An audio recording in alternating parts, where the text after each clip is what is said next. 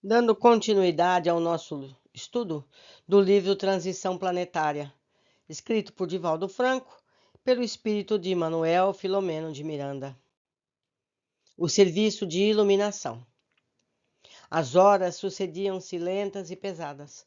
O grupo que atendíamos era constituído de quase 1000 vítimas da tragédia sísmica. Aparentemente pequeno, era o resultado do nosso esforço, embora nos encontrássemos empenhados com carinho na execução da atividade que nos foi reservada. A noite tornava-se cada vez mais pavorosa do ponto de vista humano, em razão dos horrores que se manifestavam sem cessar. Na esfera física, a procura de cadáveres para identificação era afligente, porque as pessoas choravam, imprecavam sem lucidez em torno do que exteriorizavam. Era uma catarse coletiva sobre a inclemência das sombras tormentosas. Do nosso lado, não era menos angustiante a paisagem espiritual. Ana continuava a manter o archote aceso, derramando claridade no local sombrio e truanesco.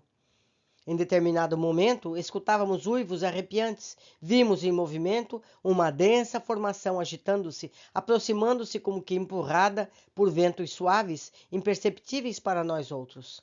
Ao acercar-se, pudemos ver a hediondez, diversos espíritos com faces em formas lupinas, ou seja, aparência de lobo, como se estivéssemos em um cenário de imaginação doentia, observando antigos seres humanos que se fizeram vítimas da zoantropia, da forma de lobo. Com aspectos repelentes e hórridos, eliminavam baba pegajosa pelas bocas escancaradas e os olhos brilhantes procuravam os cadáveres cujos espíritos estávamos libertando. Subitamente tentaram atirar-se sobre um dos montes de membros e corpos misturados, como se estivessem esfaimados. Lembro, meus amigos, que isso tudo são formas espirituais. São lobos espirituais. São seres humanos que têm o formato de lobo devido ao seu pensamento cristalizado. Isso pode ser visto no livro Libertação, por exemplo, certo? E outros mais. Continuando. Nesse momento, o Dr. White sinalizou ao padre Marcos que, rápido e seguro, desdobrou uma rede de fios luminosos de ampla proporção, no que foi auxiliado por Ivone e Oscar, atirando-a com habilidade sobre o monturo fétido.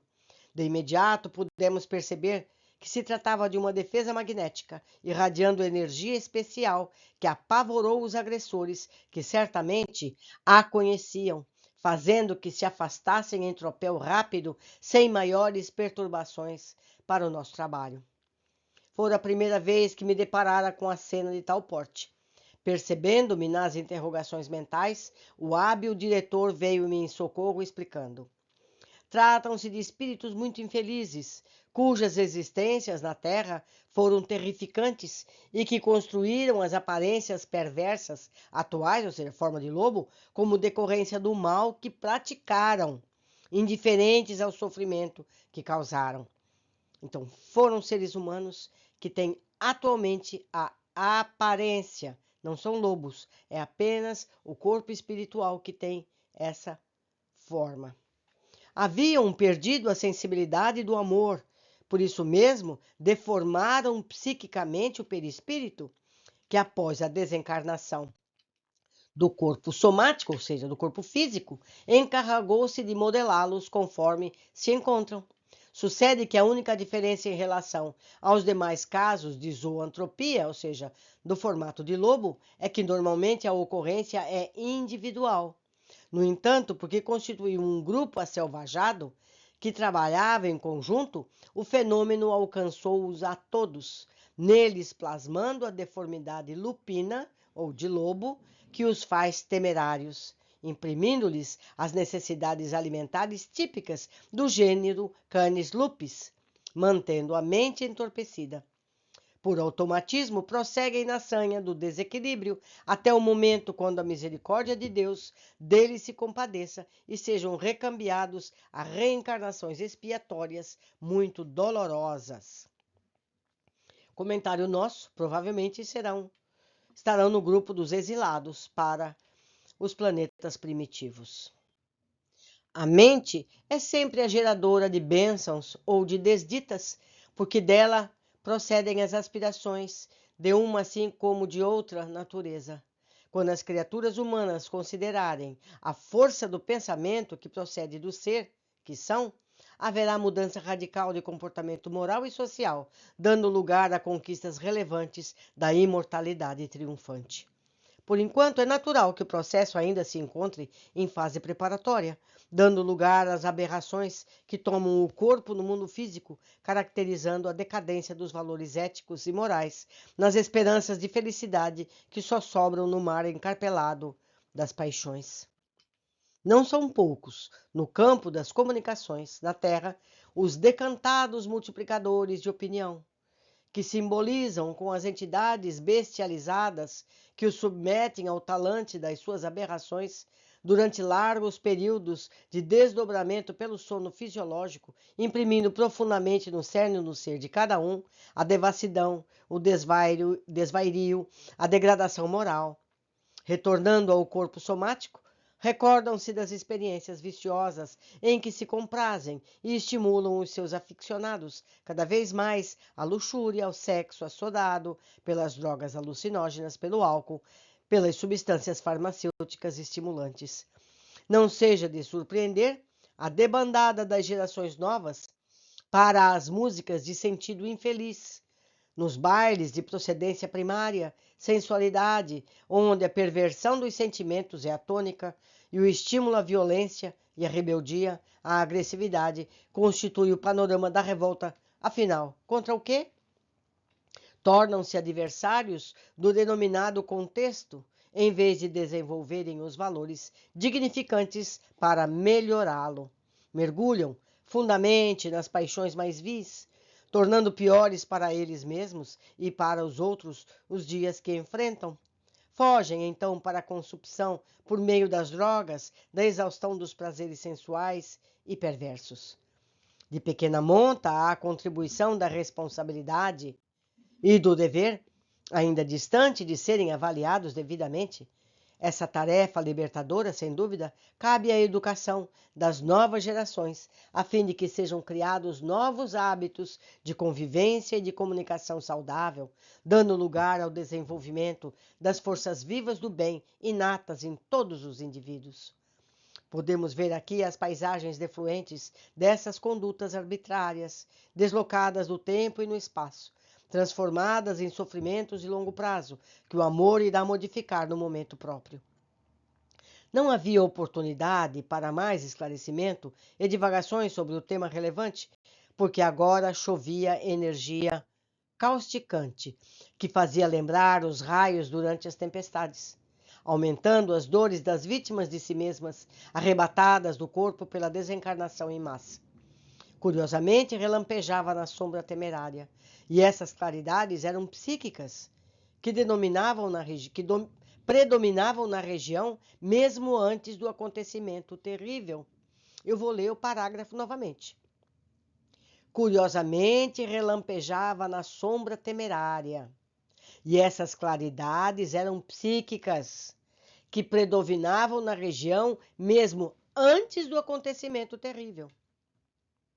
Turistas de diversos países europeus, especialmente nórdicos e americanos, franceses, alemães, escolhiam aquelas regiões para os prazeres do corpo sem qualquer compromisso com a beleza das paisagens dos mares do sul, com a sua natureza ainda semi-preservada. Muitos viajavam para aqueles paraísos, quais a Tailândia, as Ilhas Maldívias, as Ilhas Pipi e outras, para desfrutarem das facilidades morais, sexuais, de jovens adolescentes vendidos pelos pais irresponsáveis ao comércio da licenciosidade. Hábitos ancestrais ainda vigentes de total desrespeito pela mulher e pelo ser humano facultaram a larga prostituição de meninas e meninos, que serviam de mascotes aos ocidentais, que os podiam comprar a preço bastante acessível para eles. Ao longo dos últimos anos, as mentes geravam essa psicosfera doentia nas regiões agora afetadas pela calamidade que teve uma função purificadora para toda a região, alterando os costumes e propondo novos comportamentos morais pela dor, advertindo a respeito da fragilidade e temporalidade da vida orgânica e que, infelizmente, ainda não apresentava qualquer possibilidade de melhora. Pelo contrário, aconteciam a revolta, o suborno, o desvio dos auxílios internacionais, a dominação dos mais fortes sobre os mais fracos, que ficariam à mercê da própria sorte em relação ao futuro sombrio em cujo rumo avançavam. Então, meus amigos, faço eu aqui novamente um comentário. Que situação deprimente eles viviam antes do flagelo. O motivo do flagelo é a limpeza. Isso pode nos parecer bárbaro, doloroso, mas é uma das formas. É uma das formas de fazer essa limpeza.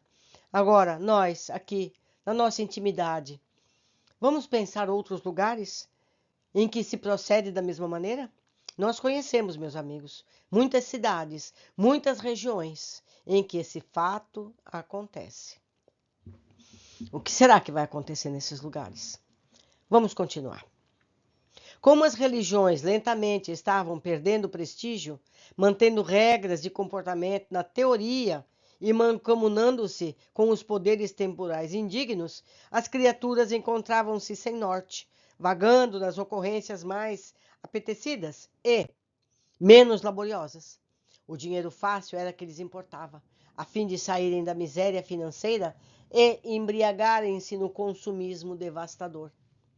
Como faz falta a presença de Jesus no mundo, assim como nos seus embaixadores, que através dos tempos vieram preparar-lhe o advento. As suas propostas ricas de ternura e de esperança, de consolo e de amor ainda não conseguiram penetrar realmente nos seus seguidores, menos ainda naqueles que o não conheceram.